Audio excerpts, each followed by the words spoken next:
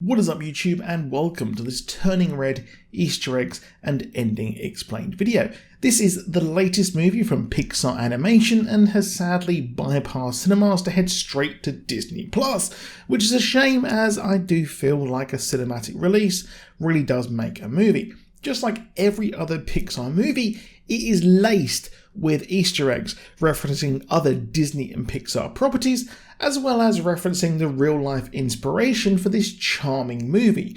We will dissect the Easter eggs and then also take an incision to the ending at the end. We open with Mei presenting herself to us, and we get a quick shot of a sign that says Bayo, which I probably butchered that name there, but it's a reference to the short of the same name that was shown ahead of Incredibles 2, which was also directed by the same director of this movie, the first female-helmed Pixar movie, which is kind of a shock, to be honest. I didn't actually know that. Now, Mei is wearing a Tamagotchi, which was the must-have toy back in the day. Unfortunately, my parents couldn't afford me one, so I got the fake off of the market, and my little monster would only last a day. She also has Y2K stickers on her flute case, and I still never forget that people thought that the world would end. Maybe they were just 22 years late.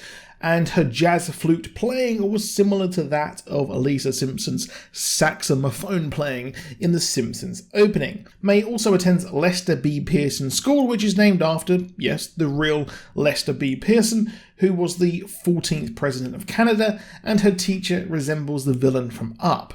We also get another Pixar reference in the form of the Lightyear logo on Miriam's skateboard, and hands up if you're hyped for the Lightyear show or movie. I can't remember which one it is actually.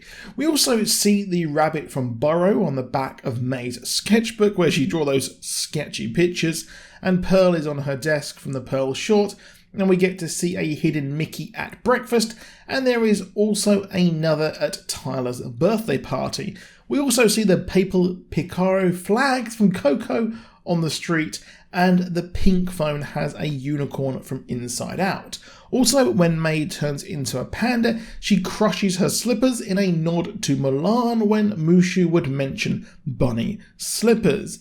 We also got to see the Pizza Planet truck when Mei is running to the stadium, and Priya in the movie is reading Nightfall, a reference to the legendary Twilight books, which gave us the adaptations which led to Robert Pattinson's career, as Priya and Mei do the same handshake as Jazzy Jeff and Will do in The Fresh Prince of Bel-Air. I must check out that remake. We even get Abby, who is dressed like Boo's door in Monsters Inc., and Mei and friends are obsessed with Four Town, who we see in the Tween Beat, a reference to the magazines Tiger Beat and Teen Beat, which are sort of like smash hits if you're from the UK, and of course they are a throwback to the boy band mania of the 90s and 2000s, like NSYNC and Backstreet Boys and O-Town. Mei's mum even asks what Four Town means, jibing at the silly band names, which didn't really... What does Backstreet Boys mean anyway? But we got some more references to songs with Cha-Cha Slide and Beyonce's Bootylicious playing at the party, which were the biggest songs at the time. Now, in another reference to the early 2000s TV, Mei names the statues Bart and Lisa outside the temple, and in a really cool touch, Mr. Gao is voiced by James Chong, who voiced Chi Fu in Mulan. We also have Sandra Oh, who voices Mei's mother, and Killing Eve fans, make yourself known, and also Grey's Anatomy, of course. And hilariously, Four Town do the same dance moves as Backstreet Boys in the Everybody video. We even had the basketball jersey that the dickhead Tyler is wearing, but we find out that he's a townie as well. He's wearing a purple jersey there in reference to the iconic Toronto Raptors 90s jersey, which it still slaps, just like that Charlottesville Hornets jacket that everyone used to wear.